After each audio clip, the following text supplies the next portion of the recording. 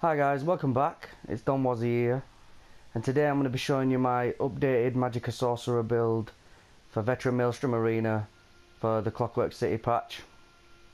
So first of all, I want to go over the stats. So my fully buff stats would be, let's get there, 44,835 Magicka, 17,705 health, 12,730 stamina, 2,714 spell damage, 49.6% crit, and 1,466 Magicka recovery. We have 64 points into Magicka, 64 attribute points. We are using Witchmothers Potent Brew. Our boon / Munderstone is the Lover. We are a Vamp, but I reduce it to stage 1 for Maelstrom. I only use Vamp in trials. So now I'm going to show you the potions I use. I do keep Double Bloody Mara handy, just so you can scale down your vampire stage. Witchmother's Brew, which increases max magic by 3,191, max health by 3,511, Magicka recovery by 319. There is some new food, the Clockwork City food, but it only gives you a little bit more stats than Witchmother's Brew, so I don't think it's worth it for the amount it costs, because Perfect Row costs like a lot. The potions we're using are Essence of Spell Critical, and I especially use these just for Maelstrom, just because they give a burst heal as well as giving magic back, and they give us Major Prophecy and Major Intellects, which increases your spell critical and magic recovery. So that's why I use these. I use these as like a burst heal. But that's entirely up to you what potions you use. Now I'm going to go over the gear. So first of all, we are running similar to the previous patch, just a few slight little changes. So the front bar, we have a Julianos fire staff, which is infused and with a shock enchant, a shock damage enchant. On the back bar we have switched from infused to Nirnhorned, and we are now using a berserker enchant, which increases your weapon and spell damage by 348 for 5 seconds. The reason we switched to Nirnhorned is because I've been getting better results, single target and AoE, with Nirnhorned on your back bar, but infused is still just as viable for Maelstrom, so it is entirely up to you what you use. Nirnhorned for me is universal, you can use it in any content, so that's why I prefer that. The reason we've switched our enchantment is because this enchantment poses more burst damage than the fire enchant that we had previous patch, because we spend so little time on our back bar that the berserker enchant becomes more beneficial, because the fire damage enchant can only proc on one target, so it basically only does single target, whereas the berserker enchant boosts your stats, so even when you switch to your front bar you have the extra spell damage, giving you that spike, giving you that extra spike of damage. So that's why I prefer this, but that again is entirely up to you. So now I'm going to go over the gear. We have the head of Julianos, chest of Julianos, the belt of Julianos, and the gloves of Julianos to go with the dual staves. So that's how we get 5-piece Julianos. We are running medium chest and heavy shoulder. The reason we do want to run 5-1-1. Ideally you would want a heavy Julianos chest and a medium Julianos legs, and have the Donihaus to be light, but this is just what I had, so I stuck with it. And yeah, also we're running Donihaus for the extra stamina and magicka that you get. I feel that having extra stamina in Maelstrom makes you a lot more survivable, whether it be due to roll dodging, break free or block. stamina is really important to even Magicka users in Maelstrom Arena. So that's why I've changed to Donihaus, because it offers more stats than any other monster set. We are running 5-piece necropotence on jewelry and shoes and legs. I do have an infused necropotence legs, and the reason for that is because with Witchmothers brew and the setup we're running, we have really low health, and I like to be over 17,000 health. So I just run 2 triglyphs on the chest and the legs, and I add an infused piece. So, and obviously you already know that you benefit more from a triglyph if you're running it with infused, but this is just the setup I add, so it's entirely up to you what you want to run. So now I'm going to go over the skills. So on our front bar, that's our fire staff bar, we are running Endless Fury. This is your main execute, and you want to apply this like straight away on an ad, and I'll get to that later on when I get to the rotation per se, which you don't have rotations in Maelstrom. So we have Endless Fury. This is our main source of, this is our execute and one of our main sources of sustain. We have Force Pulse, which is our main spammable, and it's a Destro ability, so it can proc the Destro passive. Where is it? Destruction Expert. You restore 3,600 Magicka when you kill an enemy with a Destruction Staff ability. So you either kill an enemy with Force Pulse, or Endless Fury, or Wall of Elements on your back bar, or even a Destro ult. So you get tons of magic back. Third skill on our bar is the Summon Volatile Familiar. That is on both bars because you need to double slot it. Fourth skill on our bar is Hardend Ward, and the reason I have this on the front bar is because I like to have my damage over times on the back bar, and I like to have my buffs on the back bar, which means Power Surge, that's the only buff we've got. So that's why I have Hardend Ward on the front bar, because there's literally no space for it on the back bar. And we're running the Summon Twilight Matriarch. The reason we run the heal version is my personal preference. If you want to run the damage version, it's up to you. We do not activate this skill in Maelstrom, and if we do, it is under emergency circumstances. So if your Power Surge is down, if you don't realise it and your Power Surge is down, and you go really low health, all you do is shield up, activate your thing, and then switch back and put your Power Surge up. So it's like an emergency button. But most of the time I don't use the Matriarch at all. It's literally just there to do free damage to a target. And the ultimate on our bar is, front bar is Shooting Star. On the back bar we are running Liquid Lightning, Wall of Elements, so Blockade of Storms. These two in conjunction with each other help each other out, so both of them give concussion, but Blockade of Storms offers off balance, which is more damage. And the Magicka Sorcerer is the only class that can reliably give itself off balance. So that's why we run a Lightning back bar. The next skill is the Pet again, because you have to double slot it. And the fourth skill is Power Surge.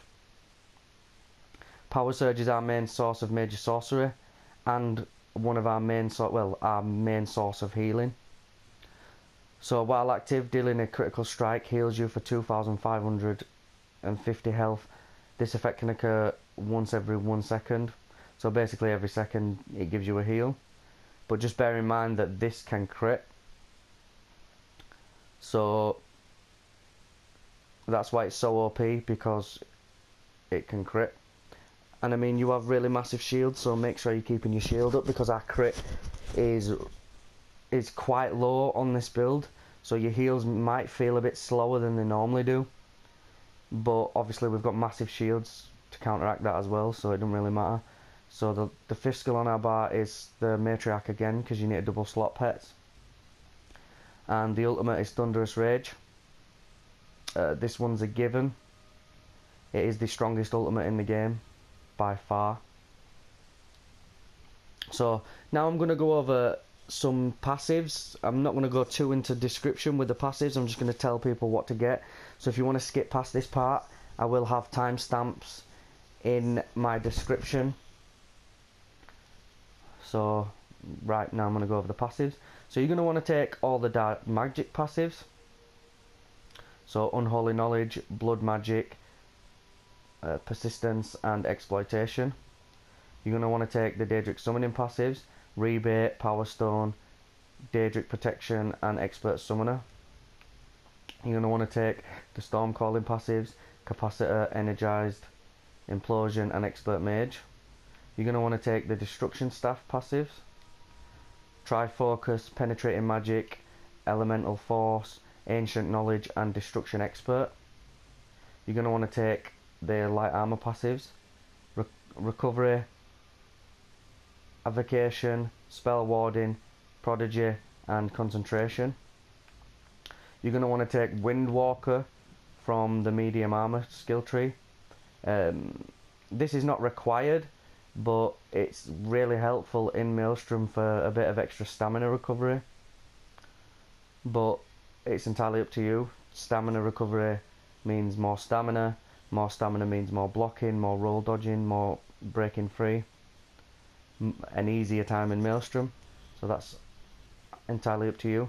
Heavy armor we take Resolve, Constitution and Juggernaut. Resolve gives you minor physical and spell resistances. Constitution gives you health recovery, which is meh, and also a bit of minor sustain through having the one piece of heavy armor. When you take damage, it gives you 108 magic and stamina when you take damage. Juggernaut, this is probably the most useful passive in here, because it gives you 2% extra health for each piece of heavy armor equipped. So we have one piece equipped, so we get 2% extra health. And obviously with Witchmothers we run low on health, so that passive is very useful. Vampire passive is not important because we're reducing to stage 1. Banish the Wicked. Most of the mobs are either undead, Daedra or werewolves in Maelstrom Arena. So every time you kill them you generate 9 ultimate. We take the Mage's Guild passive, so Mage's Adept, Everlasting Magic, Magica Controller and Might of the Guild. Take the Undaunted passives because we are running 5-1-1. This one is not really needed for Maelstrom because you're not going to be activating synergies, but Undaunted Metal definitely is. Because we're running 5-1-1, it increases your max health and stamina and Magica by 2% per type of armor. So because we're running 5-1-1, we get 6% from that, and 6% is a juicy amount of resources. We're running all the high elf passives because we are a high elf. That is the best race for Magica Sorcerer. So you get all the Spell Charge, Gift of Magnus and Elemental Talent passives. And last but not least would be Alchemy, the Medicinal Use passive. I strongly suggest everyone gets Alchemy up to level 50 and takes this passive. So when using potions, resulting effects last 30% longer. So that means the magic recovery, the spell crit, everything from your potions last 50% longer, or is it 50%? It's 30% longer, should I say? Sorry for that. And so that is one of the most important. So now I'm going to go over the champion points, and then after I've gone over the champion points, I'm going to jump into Veteran Maelstrom Arena and I'm going to do round 1 after I've done a brief description of the kind of rotation you'll be doing. So we have in the tower Warlord, we have 37 points. We have 100 points in Arcanist and 64 points in Tenacity. We have 1 in Shadow Ward and 28 in Tumbling. The reason we have 1 in Shadow Ward is because it doesn't suffer from jump points, so that 0.50% will be taken away from my cost of blocking. The reason we have like a whole 100 points in Arcanist is because the rounds go so quick. Most mechanics are avoidable, so you don't need as much into Tumbling and warlord, so I just prefer the more sustain, extra magic recovery. And because adds die so quick, you're not going to have chance to heavy attack many unless you are a heavy attack build. So that's why I put more points into Arcanist, to just have some more flat recovery. We have 40 points into Elfborn, 56 into Elemental Expert, and 22 into Spell Erosion. 37 into Master at Arms, 75 into Thermitage, 51 into Ironclad, 7 into Spell Shield, 56 in Hardy and Elemental Defender, 40 into Thick Skinned, and 20 into Bastion. Like I said in previous videos, the red tree and the green tree are entirely up to you. They are just your personal preference, like what you prefer. These are just what I prefer, because these are not the most important trees. The most important tree is the blue trees, and getting these right will increase your DPS, etc. So now I'm going to do a brief description of a kind of rotation in Maelstrom, what I'd normally do. So say this is the first portal. This is the first portal. I like to camp portals because I don't go for big score runs. I just go to farm the weapons. So what I would do is, this is a portal, it's just spawning. I'd activate my buffs, make sure my potion's up, and then I would place my dots on this portal that's spawning, and then switch to another portal that's spawning, holding a heavy attack, Endless Fury, and then spam him until he dies, and then I get that extra bit of magic back from the Endless Fury. And then he's dying in my damage over times, and I get extra magic back from Wall of Elements being down and him dying in it. So effectively you're getting like 7,000-8,000 magicka every time 2 things die. So now I'm going to jump into Maelstrom, and I'll skip straight to Maelstrom Arena, so not to add more to the video. So here we are in Maelstrom Arena, well, just outside Maelstrom Arena, and I'm going to go in and I'm going to do the first round like my previous Maelstrom Arena video, just to show you my thoughts like when I'm in Maelstrom and what I do. So we're just going to skip that. Go straight through and straight in. So what I like to do before, I like to make sure my food is just being activated, and then jump straight in. Sorry for the load screen. Right, and then I like to camp this spawn at the start, because there's a spawn going to come right here. So you get your buffs up, and then remember 2 dots on one, and then I would range another spawn, and then Endless Fury him, same again. Holding a heavy attack, Endless Fury, and then spam Force Pulse till he dies, giving you that juicy magic back. Now the boss is coming, so I'm going to focus him, stick my ultimate down, and get him gone. I'm going to kill these 2 as well. Always apply Endless Fury to every target, just so you're always going to get that magic back. So all I do is just keep my buffs up, keep the dots down, and then just range these, come back to this guy, let him die in my damage over times. Same again, range, Endless Fury, let him die. He didn't stay in my damage over time, so I'll just finish him off. And same again, reapply my buffs and damage over times, and then just keep ranging. Pets are really good in Maelstrom because they tank things for you.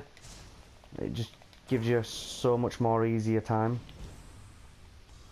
I didn't mean to use that. Same again, dots down, and I'm camping this spawn because the boss is going to appear to the left of us, the main boss. So the main boss is going to spawn there. So just keep your dots down, keep your buffs up. You see how easy they die, and you see the magic return you get. Well, he didn't die that easy.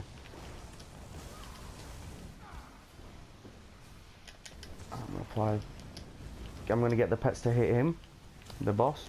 So he's taking damage as he's coming in. And then I'm just going to reapply my dots. I should have roll dodged that. Endless Fury. And he's out.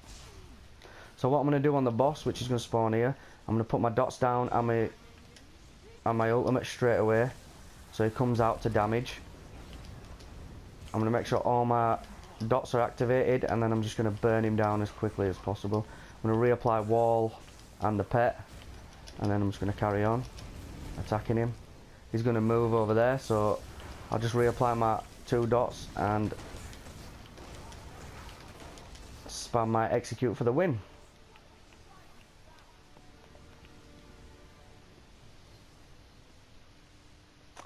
So that was a little demonstration. I hope you liked the video. I hope you like the changes to the build. If you have any questions or anything, just write a comment and I will get back to everyone. Please like the video, please share with your friends, and I will be leaving timestamps and the full build in the description when I get round to writing it. So if you don't want to keep going back for the video, then the full build details will be in the description eventually. And thanks for watching, guys. I'll see you in the next one. Thanks, guys. Bye.